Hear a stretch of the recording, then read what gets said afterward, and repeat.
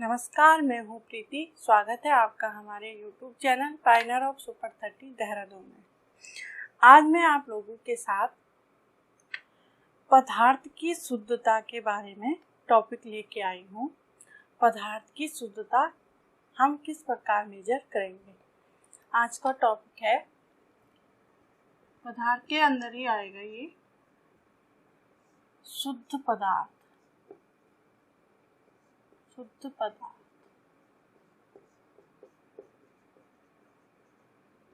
Pure matter,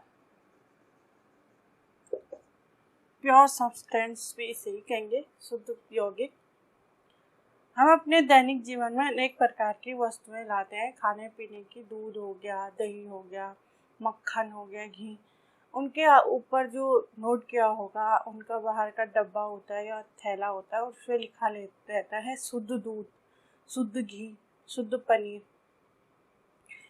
आम बोल भाषा में अगर हम शुद्ध का मतलब समझे तो जिसमें कोई मिलावट नहीं होती है। लेकिन साइंस की भाषा में शुद्ध पदार्थ वे होते हैं जो समान रासायनिक प्रकृति के कणों से मिलकर बने होते हैं, एक ही जैसे कणों से मिलकर बने होते हैं। जैसे एग्जाम्पल के तौर पे वाटर हो गया, पानी। पानी एक प्योर सब्सटेंस है, प्योर यौगिक है। जैसे नमक हो गया, NaCl, नमक, सॉल्ट। और अगर हम धातु की बात करें, धातु में जैसे डायमंड हो गया, टिन हो गया, ये सभी एक ही प्रकार के कणों से मिलकर बने हैं। अब जैसे दूध की बात आती है, क्या दूध प्योर मैटर होगा? नहीं।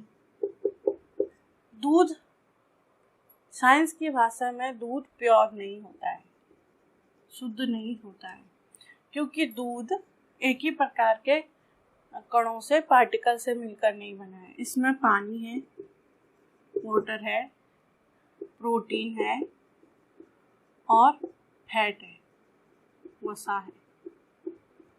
यह 3 प्रकार के कणों से मिलकर बना हुआ है।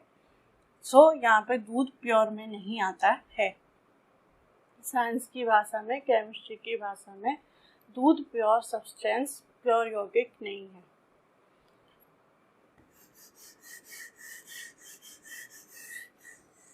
सो हमने देखा कि साइंस में शुद्ध पदार्थ हम किसे कहेंगे। अब इसी के अंदर बात आती है मिक्सचर, मिश्रण किसे कहेंगे। मिश्रण यानी मिक्सचर।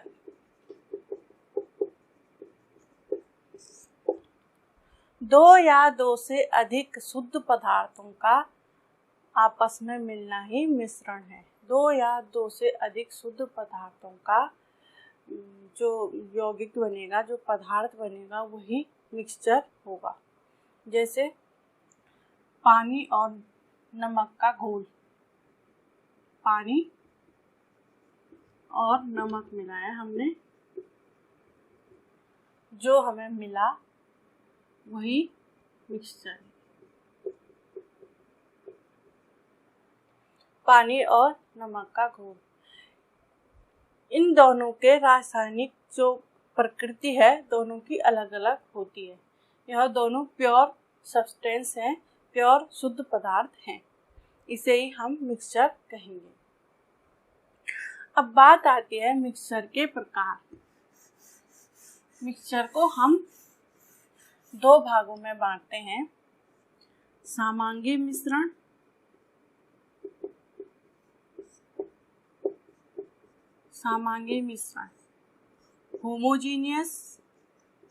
होमोजीनियस मिक्सचर, और दूसरा है विषमांगी मिश्रण। विषमांगी मिश्रण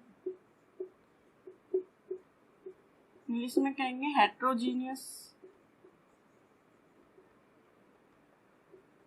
मिक्सचर।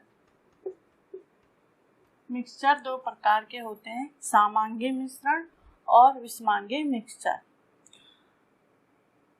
समांगी मिश्रण वह होते हैं जिस मिक्सचर की बनावट सारे मिक्सचर की बनावट समान होती है। और विषमांगी मिश्रण वो होता है जिसमें एक ही मिश्रण में अलग अलग प्रकार के गुण होते हैं। अगर मैं आपको एग्जाम्पल के द्वारा समझाऊं, यहाँ पे हमने एक गिलास में पानी लिया, पानी उसमें सॉल्ट ऐड किया, सॉल्ट ऐड किया। जब यह घुल गया, पानी में नमक पूरी तरह घुल गया, पूरी तरह हमने घोल लिया इसको। अब अगर हम इतने पार्ट को लें, अलग से दूसरे गिलास में निकालें, इतने पार्ट को, इसके दो भाग कर लिए हमने, यह भी उतना ही मीठा हो, यह भी उतना ही नमकीन होगा पानी में नमक डाल के, और यह भी उतना ही नमकीन होगा। ये नहीं होगा कि इतने भाग की अलग स्वाद है और इतने भाग का अलग स्वाद है, यानी इसका बनावट, इसका स्वाद, पूरे का स्वाद एक ही प्रकार का है। इसे हम समांगी मिश्रण कहेंगे, समांगी मिश्रण। जैसे नींबू पानी हो गया, नींबू पानी, सोडा पानी, सोडा पानी। जैसे हम नींबू पानी पीते हैं, उसके प्रत्येक भाग में उतनी ही मिठास रहती है। सोडा पानी हो गया, कोक हो गया, कोको कोला हो गया, पूरा कोक एक ही प्रकार के स्वाद का होगा। इस प्रकार के मिक्सचर को समांगी मिक्सचर कहेंगे। अब बात आती है विषमांगी मिश्रण, हेट्रोजीनियस मिक्सचर। पानी लिया हमने और उसमें रेत को मिलाया, रेत के 1 चम्मच रेत को मिलाया। हम देखते हैं कि रेत पानी में घुलती नहीं है, वह नीचे बैठ जाती है। ये रेत नीचे बैठ गई इसके अंदर। अब हम इस मिक्सचर के इतने भाग को लें और इतने भाग को लें, दूसरे की, दोनों की बनावट और रंग अलग अलग प्रकार के हैं। इसमें कुछ मात्रा में है रेत के कण, कुछ पानी है, यहाँ पर रेत के कण अधिक हैं, पानी कम है। इस प्रकार के मिक्सचर को विषमांगी मिक्सचर कहते हैं, विषमांगी मिश्रण कहते हैं। इसके एग्जाम्पल जैसे पानी और तेल का मिक्सचर हो गया, पानी और तेल का मिक्सचर। पानी में जैसे हम तेल डालते हैं, वो तेल ऊपर तैरता है, नीचे कुछ में तेल रहता है, कुछ में तेल नहीं रहता है, किसी में केवल पानी रहता है। अगर उसके अलग अलग भाग करें, ऐसे मिक्सचर को हम हेट्रोजीनियस मिक्सचर कहते हैं। सो यहाँ पे हमने मिक्सचर को जाना और मिक्सचर के प्रकारों को जाना। अब इसी के अंदर हम पढ़ेंगे विलियन सॉल्यूशन। हम किसे कहेंगे? विलियन यानी सॉल्यूशन।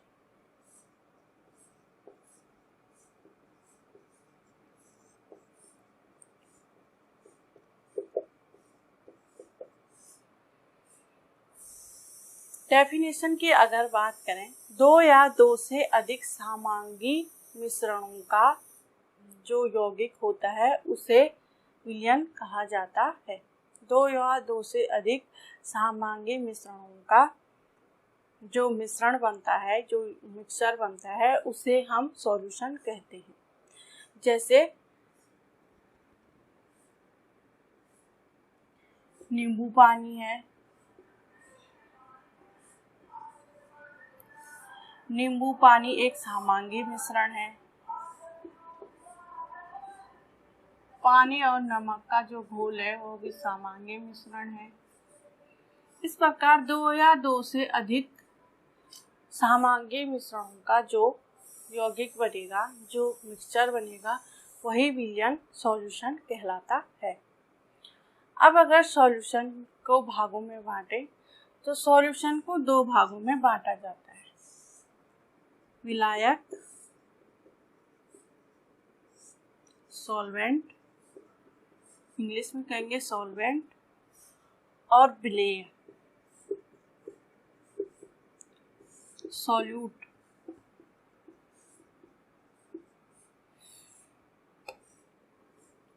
इन दोनों को मिलाकर विलयन बनता है। विलायक और विलेय को मिलाकर विलयन बनता है, सॉल्यूशन बनता है। अब विलायक की बात करें तो विलायक की मात्रा अधिक होती है, जिसमें घोला जाता है वह विलायक है, जिसमें घोला जाता है वह विलायक है, सॉल्वेंट है, और जिसे घोला जाता है। इसकी मात्रा, इसकी क्वांटिटी प्रायः कम होती है, जिसे घोला जाता है।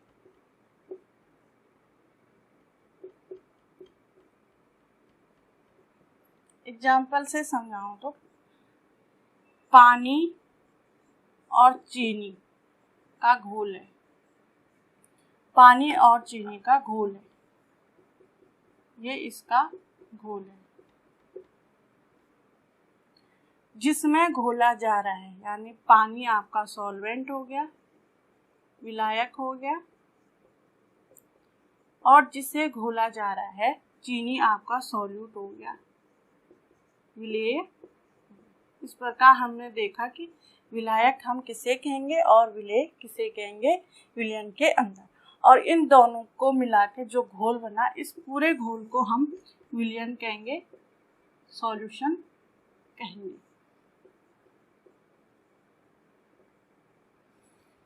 इस पूरे घोल को हम सॉल्यूशन कहेंगे। दो या दो से अधिक समांगी मिक्सर का जो सॉल्यूशन बनता है, विलयन बनता है, उसे ही हम विलयन कहेंगे। विलायक प्लस विलेय इक्वल टू विलयन। विलायक वह होता है जिसमें घोला जाता है, और जिसे घोला जाता है उसे विलेय कहते हैं। इसकी मात्रा अधिक होती है, विलायक की मात्रा अधिक होती है विलेय की अपेक्षा, और विलेय की मात्रा प्रायः कम होती है।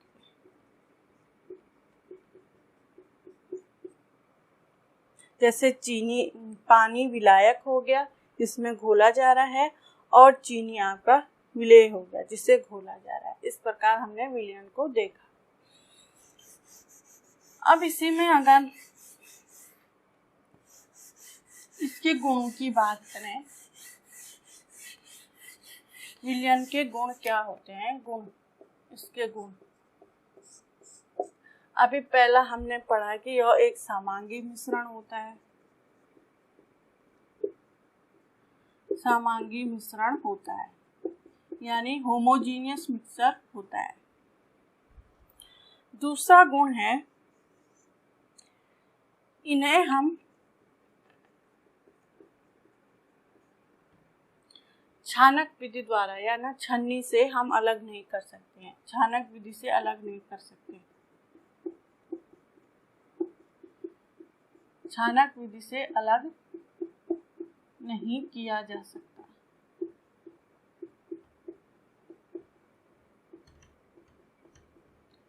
जैसे हमने नींबू पानी का घोल बनाया, तो हम अगर उसे छन्नी से छाने, उसमें जो चीनी के कण हैं वो हमें नहीं मिलेंगे, जो उसमें नमक के कण हैं वो नहीं मिलेंगे, अलग अलग हमें कण नहीं मिल पाएंगे, यानी उन्हें छन्नी से नहीं छाना जा सकता।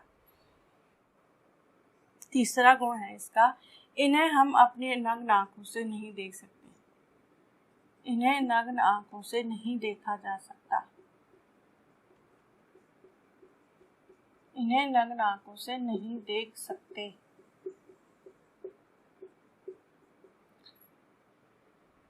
जो हमारे पास विलयन है, उसके जो छोटे छोटे कण बने, नींबू पानी का घोल बना, उसके कणों को हम अपनी नग्न आंखों से नहीं देख सकते हैं, क्योंकि यह एक समांगी मिश्रण है, वह उसमें पूरी तरह घुल चुके हैं। चौथा है कि विलयन प्रकाश के मार्ग को नहीं फैला सकता, यानी जो विलयन होगा, विलयन प्रकाश को नहीं फैला सकता। नींबू पानी के घोल में अगर हम टॉर्च को उसमें मार दें तो हम उस पानी के नीचे प्रकाश को नहीं देख पाते हैं, यानी प्रकाश का उसमें मार्ग नहीं दिखता है, क्योंकि यह एक विलयन है जो प्रकाश को नहीं फैला सकता है। सो यहाँ पे हमने विलयन के 4 गुणों को देखा। अब बात आती है विलयन के प्रकार। विलयन के प्रकार, विलयन के प्रकार, टाइप्स ऑफ सॉल्यूशन। विलयन को मुख्यतः 3 प्रकार में बांटा गया है। मैं इसे एक चार्ट के माध्यम से समझाऊंगी, क्योंकि यह तीनों कंपेयर करके ही, एक दूसरे से कंपेयर करके ही समझे जा सकते हैं। पहला है सैचुरेटेड सॉल्यूशन। सैचुरेटेड सॉल्यूशन यानी संतृप्त विलयन। संतृप्त विलयन। दूसरा है अनसैचुरेटेड सॉल्यूशन यानी असंतृप्त विलयन।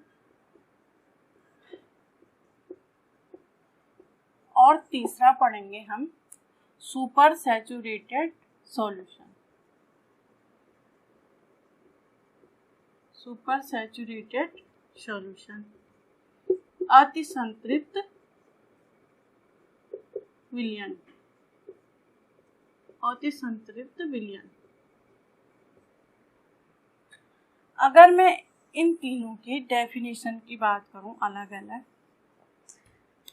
तो संतृप्त विलयन के लिए किसी निश्चित तापमान पर विलेय पदार्थ की वह मात्रा जो विलायक में अब घुलनी बंद हो गई है, संतृप्त विलयन कहलाता है। विलेय पदार्थ की मात्रा के लिए विलायक की क्षमता होगी, यानी सॉल्यूट की मात्रा के लिए सॉल्वेंट की मात्रा फिक्स होती है, उसकी क्षमता होती है। और अगर उस क्षमता से आगे हम उसमें विलेय पदार्थ को मिलाना शुरू करें तो वह नीचे जम जाता है, उसे ही हम संतृप्त विलयन कहेंगे। और अनसैचुरेटेड सॉल्यूशन उसी निश्चित तापमान पर विलेय पदार्थ विलायक में घुल जाता है और विलेय की मात्रा संतृप्त विलयन से कम होती है, उसे असंतृप्त विलयन कहते हैं। तथा अति संतृप्त विलयन वह होता है जिसमें संतृप्त और असंतृप्त विलयन की अपेक्षा टेम्परेचर को बढ़ाकर और विलेय को सॉल्यूट को बढ़ाकर एक विलयन बनाया जाता है, तथा हम जैसे ही इसे ठंडा करेंगे वापस यह संतृप्त विलयन में बदल जाता है। आइए हम इसे एग्जाम्पल के जरिए समझेंगे, यह और आसान हो जाएगा।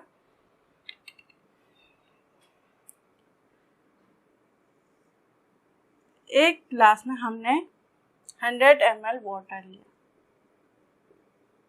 100 ml वाटर। वाटर क्या होगा? विलायक, सॉल्वेंट।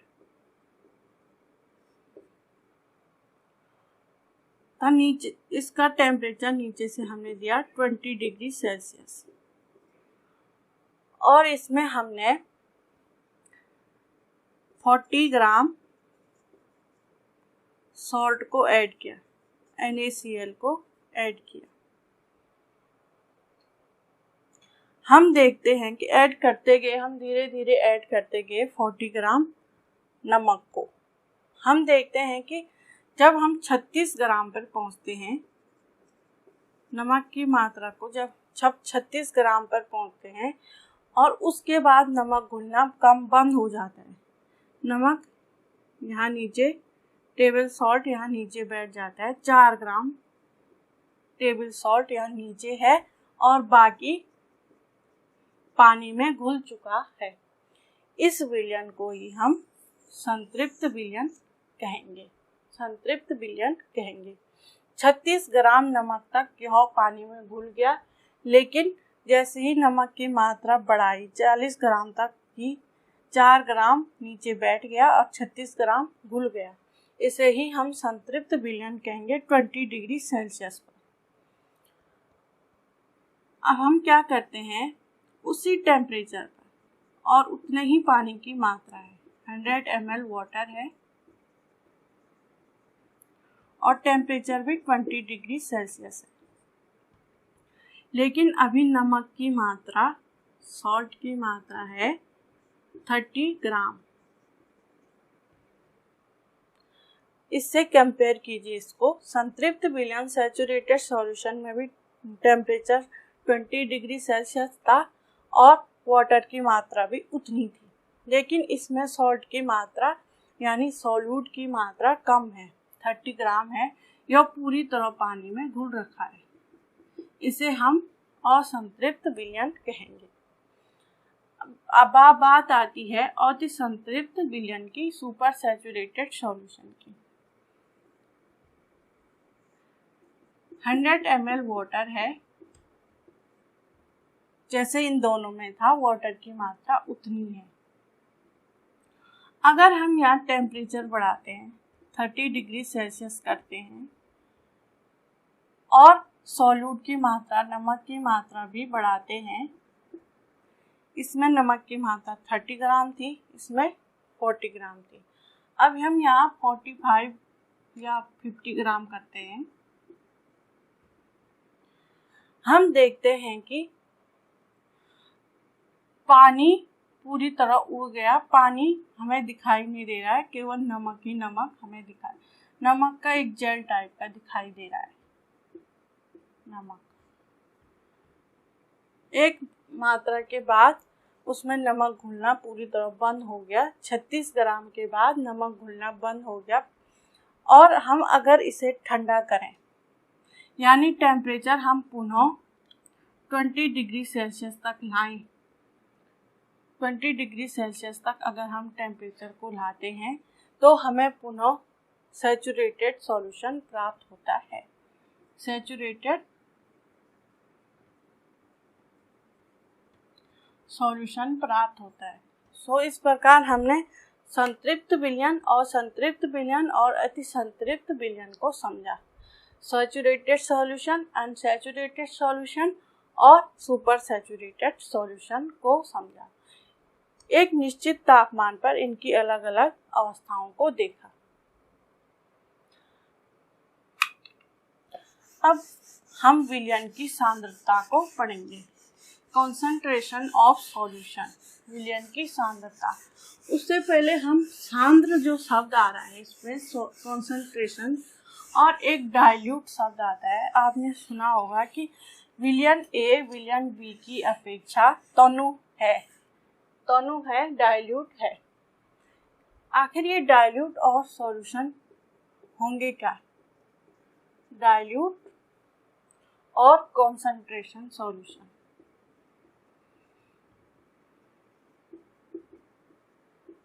इसको हम समझते हैं, डाइल्यूट सॉल्यूशन और कॉन्सेंट्रेशन सॉल्यूशन को समझते हैं। डाइल्यूट यानी तनु और कॉन्सेंट्रेशन यानी सांद्र, सांद्र विलयन, तनु विलयन, इन दोनों को हम समझते हैं।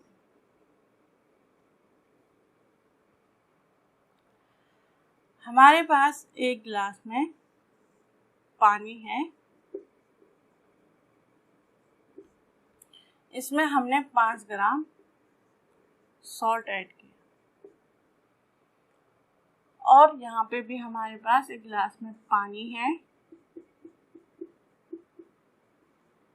तथा हमने यहाँ पे 10 ग्राम सॉल्ट ऐड किया। डाइल्यूट सॉल्यूशन में हमने 5 ग्राम सॉल्ट ऐड किया तथा कॉन्सेंट्रेशन सॉल्यूशन में हमने 10 ग्राम सॉल्ट ऐड किया।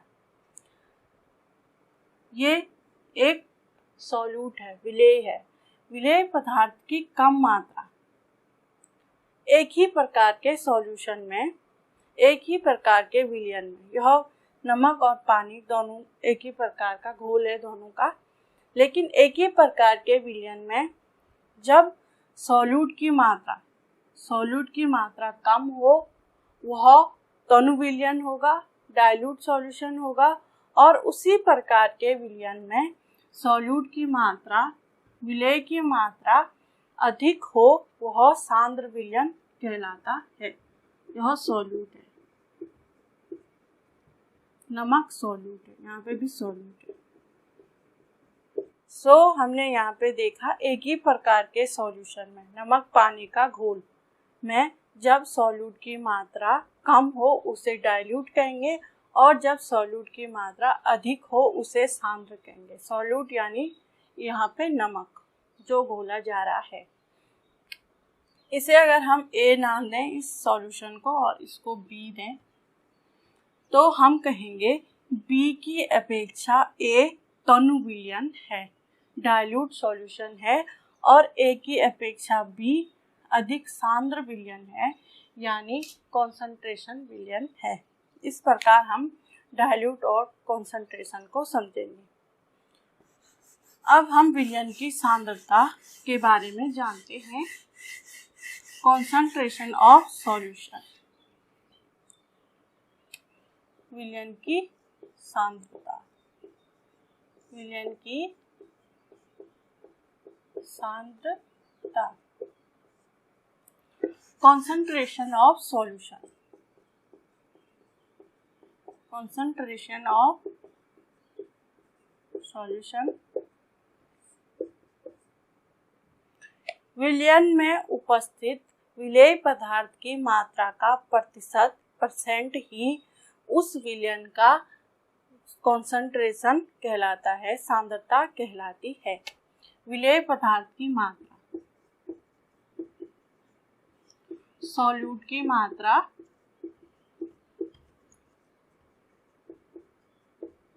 का प्रतिशत, यानी सॉल्यूट की मात्रा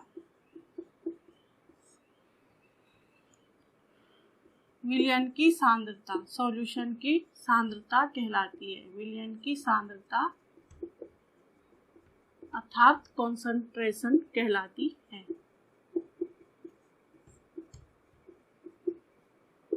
नमक पानी का घोल है, नमक और पानी का घोल है। हमें यह नहीं पता है कि इसमें नमक कितना है और पानी कितना है। नमक को लेके चले, हमें यह नहीं पता कि इसमें नमक कितना है, इस घोल में नमक कितना है। इस नमक की मात्रा का % जो होगा, इसमें कितना प्रतिशत नमक है इस सॉल्यूशन में, उसे ही हम सांद्रता कहते हैं, कॉन्सेंट्रेशन कहते हैं। अब हम न्यूमेरिकल पे आएंगे कि किस प्रकार विलयन की सांद्रता को निकाला जाता है। How to measure the concentration of solution, विलयन की सांद्रता को किस प्रकार हम निकालेंगे। विलयन की सांद्रता को हम किस प्रकार मेजर करेंगे। विलयन की सांद्रता को वैसे तो अनेक फॉर्मूला है, लेकिन यहाँ पे सिलेबस में मुख्यतः 2 फॉर्मूले हैं, हम उन्हीं के बारे में डिस्कस करेंगे।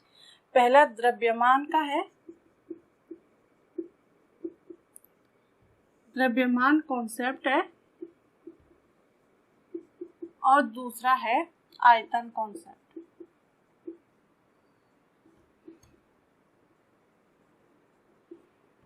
मास कॉन्सेप्ट है और दूसरा है वॉल्यूम कॉन्सेप्ट। यानी द्रव्यमान और आयतन की 2 विधि हैं जिनके द्वारा हम विलयन की सांद्रता को निकाल सकते हैं। आइए हम उन 2 फॉर्मूला को देखते हैं। विलयन का द्रव्यमान प्रतिशत,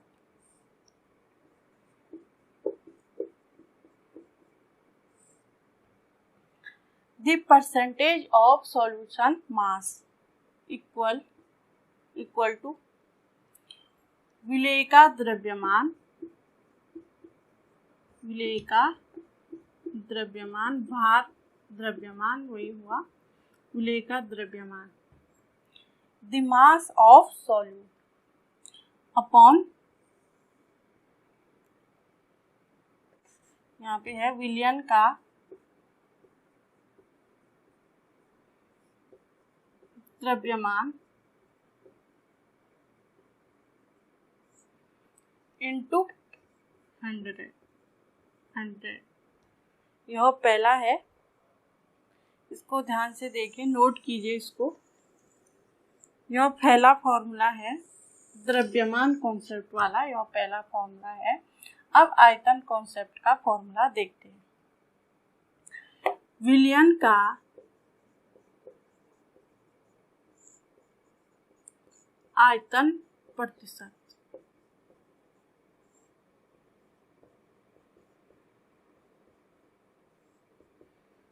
यही मतलब विलयन की सांद्रता इसी से निकलेगी।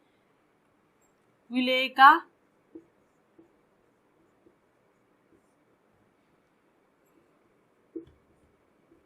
द्रव्यमान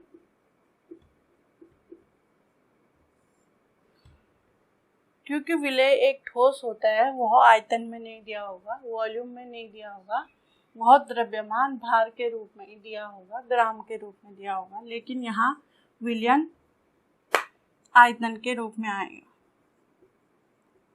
विलयन का आयतन इंटू 100। ये दो फॉर्मूले हैं जिनके बेस पे हम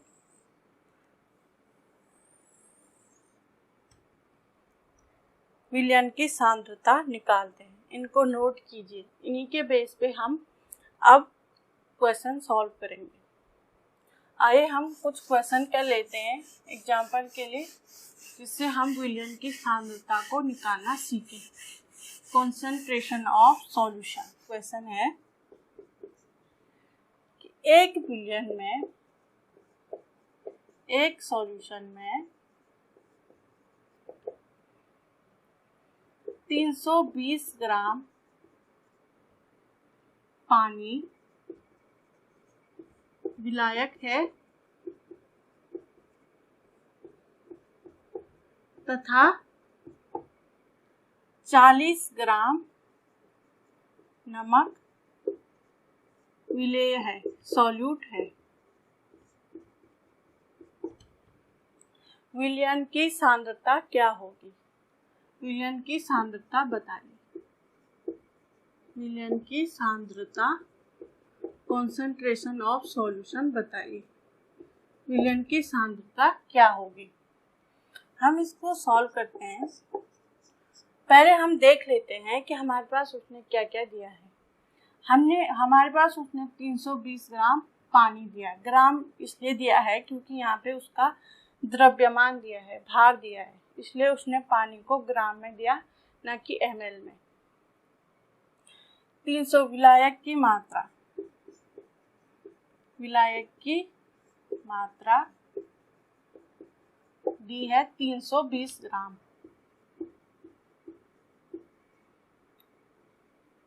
विलायक यानी सॉल्वेंट दिया है 320 ग्राम पानी के रूप में दिया है, तथा विलेय की मात्रा दी है 40 ग्राम, नमक की मात्रा 40 ग्राम।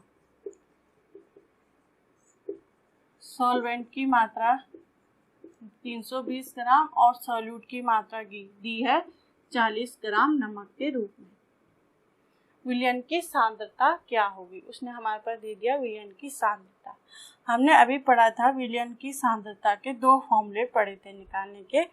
यहाँ पे हम द्रव्यमान प्रतिशत वाला फॉर्मूला लगाएंगे, क्योंकि पानी यानी विलायक हमारे पास द्रव्यमान के रूप में दे रखा है, ग्राम लगा रखा है, यानी भार, पानी का भार दे रखा है, और अगर आयतन में देता तो ml के रूप में देता।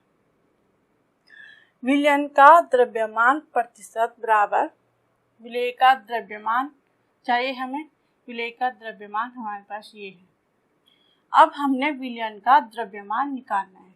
यहाँ पे हमारे पास विलायक का दिख रखा है कि विलायक का द्रव्यमान ये है। हम जानते हैं विलयन इक्वल टू होता है विलायक हमने अभी पढ़ा था विलयन इक्वल टू विलायक प्लस विलेय। जो हमने नमक पानी का एग्जाम्पल लिया था कि पानी विलायक है और नमक विलेय है, जो दोनों मिलाकर विलयन बना। सो यहाँ पे वही कॉन्सेप्ट लगेगा। विलायक हमारे पास दे रखा है 320 ग्राम प्लस विलेय दे रखा है 40 ग्राम। सो हमारे पास यहाँ पे विलयन का द्रव्यमान निकल जाएगा। विलयन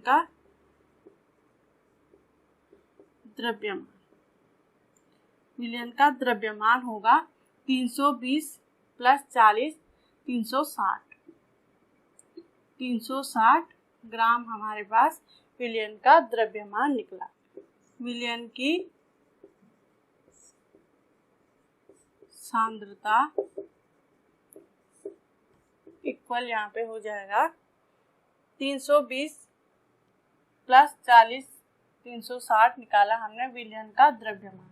इस फॉर्मूले से विलेय का द्रव्यमान है 40 अपॉन 360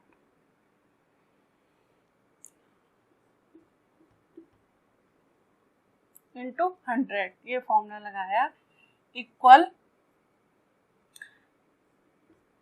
ये कट गया, 4 1 जा 4, 4 9 जा 36, हमारे पास आया 100/9। अगर इसको सॉल्व करें आएगा 9 1 जा 9, फिर से 10 आया, 9 1 जा 9 और फिर से 10 आ जाएगा। इसको हम 11.1%। सो यहाँ पे हमारे पास विलयन की सांद्रता आई 11.1% इस फॉर्मूले का यूज करके।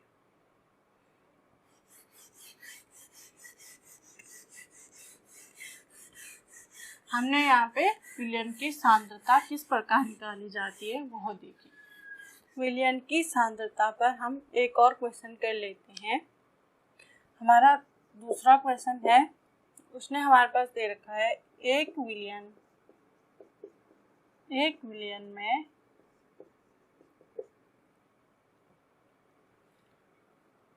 100 ml पानी विलायक है, सॉल्वेंट है और दे रखा है 40 ग्राम नमक विलेय है। विलयन की सांद्रता बताइए। Concentration of solution. विलयन की सांद्रता क्या होगी? ये क्वेश्चन दे दिया उसने हमारे पास। इसका सॉल्यूशन निकालेंगे हमने अभी फॉर्मूला देखा था किस प्रकार निकाला जाता है। हमने आयतन वाला फॉर्मूला देखा था, इससे हम आयतन में नहीं, क्योंकि यहाँ पे पानी ml में दे रखा है, आयतन में दे रखा है। हमने ये फॉर्मूला यहाँ पे लिख लेती हूँ मैं।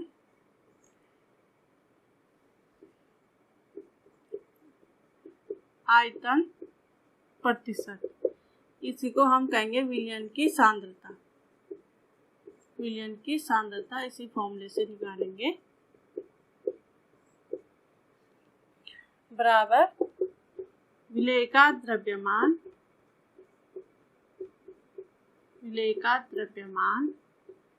अपॉन विलयन का आयतन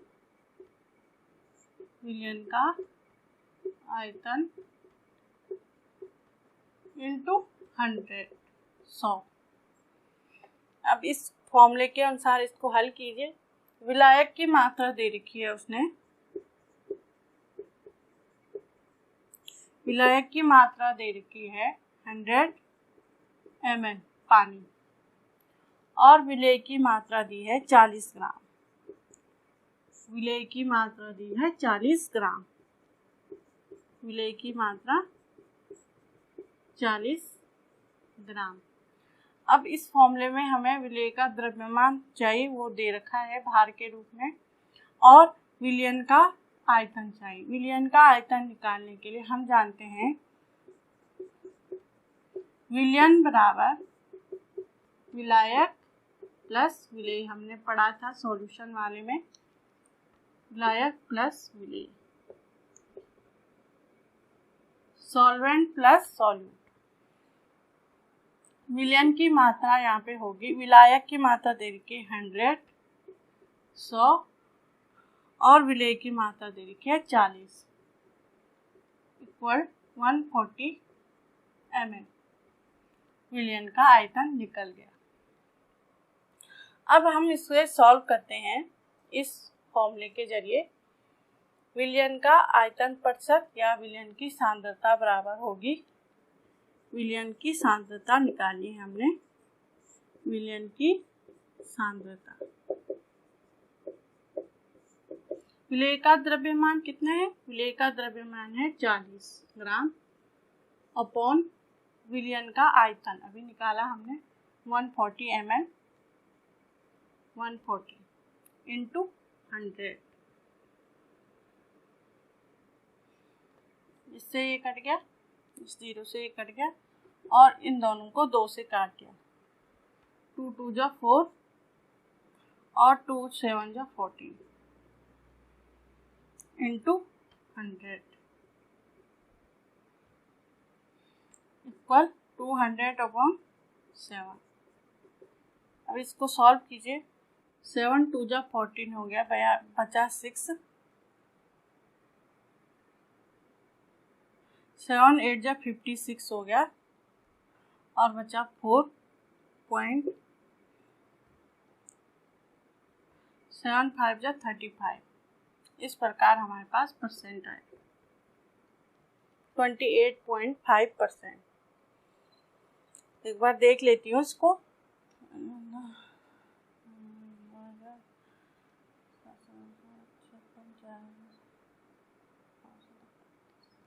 ठीक है। इस प्रकार हमारे पास विलयन की सांद्रता 28.5% आया, यानी इस विलयन में नमक का जो मात्रा है, नमक का जो परसेंट है उसमें 28.5% उस विलयन में नमक का है। इस प्रकार हम विलयन की सांद्रता निकालते हैं।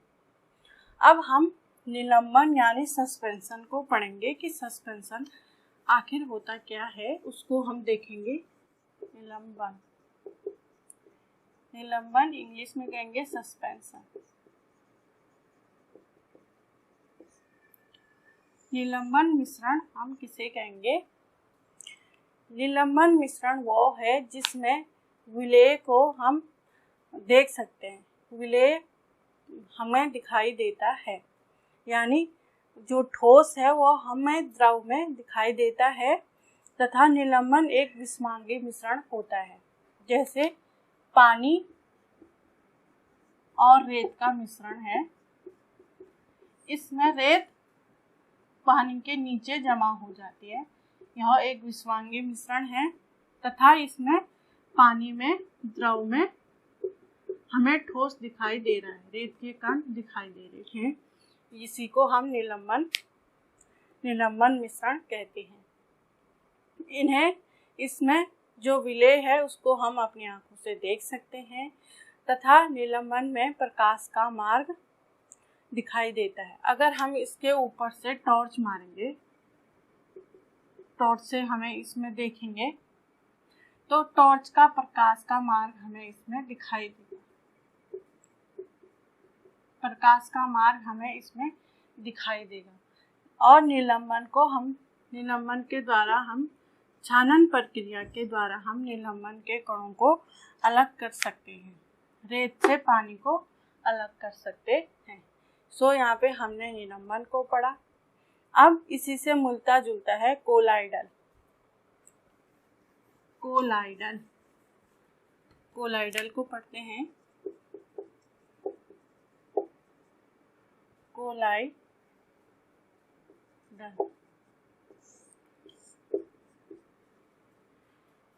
यह हमें देखने पर एक समांगी मिश्रण की तरह लगता है, जैसे दूध हो गया और स्याही और पानी का मिश्रण हो गया, यह देखने पर हमें समांगी लगता है कि प्रत्येक भाग की जो स्वाद है, बनावट, वह एक जैसा है, लेकिन वास्तव में ऐसा नहीं होता है।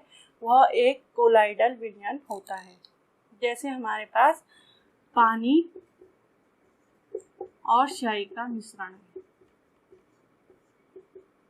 पानी और स्याही का मिश्रण है, पूरा घोल है। हमें ऐसा प्रतीत होता है कि प्रत्येक भाग में इनके इस पानी में समान है, लेकिन ऐसा नहीं है। यह एक विषमांगी मिश्रण है, समांगी नहीं है। कोलाइडल एक विषमांगी मिश्रण होता है। हम इसके कणों को, विलेय के कणों को इसमें अपनी आंखों से नहीं देख पाते हैं। पानी और स्याही का मिश्रण है, उसमें स्याही के जो कण हैं वो हमें नहीं दिखाई देते हैं। दूध भी एक विषमांगी मिश्रण है, कोलाइडल सॉल्यूशन है दूध भी। दूध में पानी मिला होता है और दूध के रूप में जो प्रोटीन फैट होता है वह होता है। वह हम अगर उसे आंखों से देखेंगे वह पूरा सफ़ेद दिखाई देता है। उसमें पानी के और दूध के कण हमें अलग से नहीं दिखाई देते हैं, तथा इसमें प्रकाश का मार्ग दिखता है। ऊपर से हम टॉर्च का प्रकाश डालें तो नीचे उसमें हमें प्रकाश का मार्ग दिखाई देता है। कणों के माध्यम से प्रकाश का मार्ग दिखाई देता है। प्रकाश का मार्ग इसके जो छोटे छोटे कण हैं वह प्रकाश को भेजते हैं, प्रकाश उनको भेजता है और हमें प्रकाश का मार्ग दिखाई देता है। अब इसी इफेक्ट को कहते हैं टिंडल इफेक्ट। इसमें एक महत्वपूर्ण इफेक्ट आता है टिंडल इफेक्ट। टिंडल इफेक्ट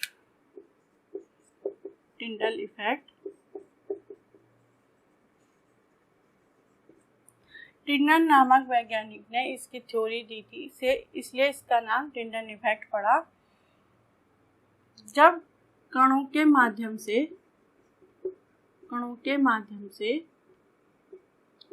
प्रकाश का मार्ग दिखाई देता है, प्रकाश का मार्ग। हमने देखा होगा एक बंद कमरे में एक छोटे से छिद्र से, एक छोटे से छेद से अगर प्रकाश अंदर आए तो हमें वहाँ पे टिंडल इफेक्ट दिखाई देता है। जो धूल के कण हैं वह उस प्रकाश के मार्ग में दिखाई देता है, उसे ही हम टिंडल इफेक्ट कहते हैं।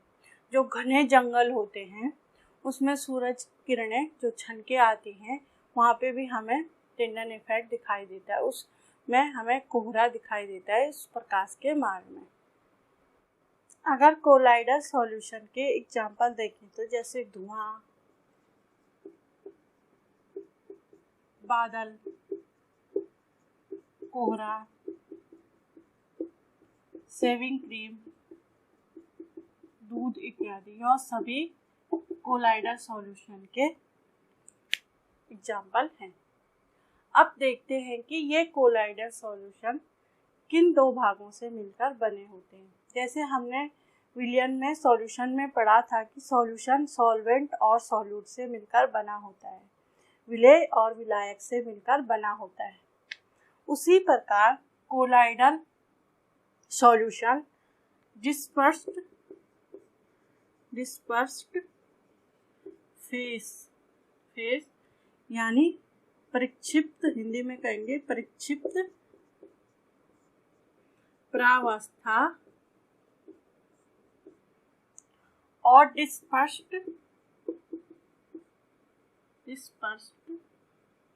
मीडियम से मिलकर बने होते हैं। डिस्पर्स्ड मीडियम यानी परिक्षिप्त माध्यम से मिलकर कोलाइडल सॉल्यूशन बनते हैं। कोलाइडल सॉल्यूशन बनते हैं।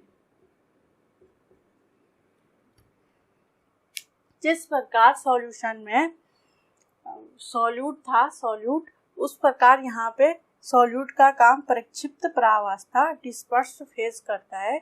इसकी मात्रा कम होती है, यानी यह घुलता है, और जिसमें घुलता है वह परिक्षिप्त माध्यम होता है, डिस्पर्स्ड फेज मीडियम होता है। यहाँ पे सॉल्वेंट का काम करता है डिस्पर्स्ड मीडियम। आइए हम इन्हें कुछ एग्जाम्पलों से समझते हैं। जैसे हमारे पास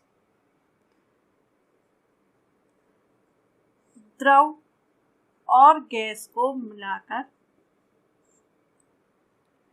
एरोसोल नामक कोलाइडल सॉल्यूशन बनता है। एरोसोल नामक कोलाइडल सॉल्यूशन, ये इसका टाइप है, कोलाइडल सॉल्यूशन का टाइप है। जैसे एग्जाम्पल के रूप में हमारे पास कोहरा और बादल।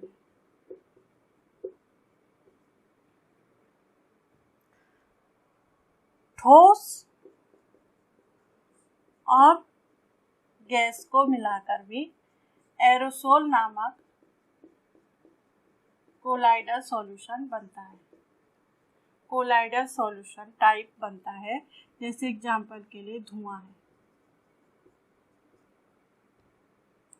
यानी इसमें ठोस की मात्रा, जो ठोस पदार्थ है उसकी मात्रा बहुत कम होती है और गैस की मात्रा अधिक होती है, तब जाके धुआं बनता है। एरोसोल नामक कोलाइडल सॉल्यूशन हो गया।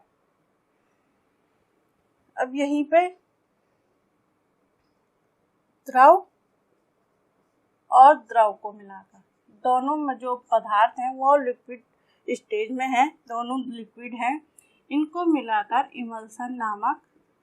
इमल्सन टाइप का कोलाइडल सॉल्यूशन बनता है। जैसे इसका एग्जांपल हो गया दूध और फेस क्रीम। दूध और फेस क्रीम। एक और देख लेते हैं। गैस सॉल्यूट के रूप में गैस हो गया और सॉल्वेंट के रूप में द्रव हो गया। इनको मिलाकर फोम टाइप का कोलाइडल सॉल्यूशन मिलता है, जो फोम टाइप का होता है। जैसे एग्जांपल के रूप में शेविंग क्रीम।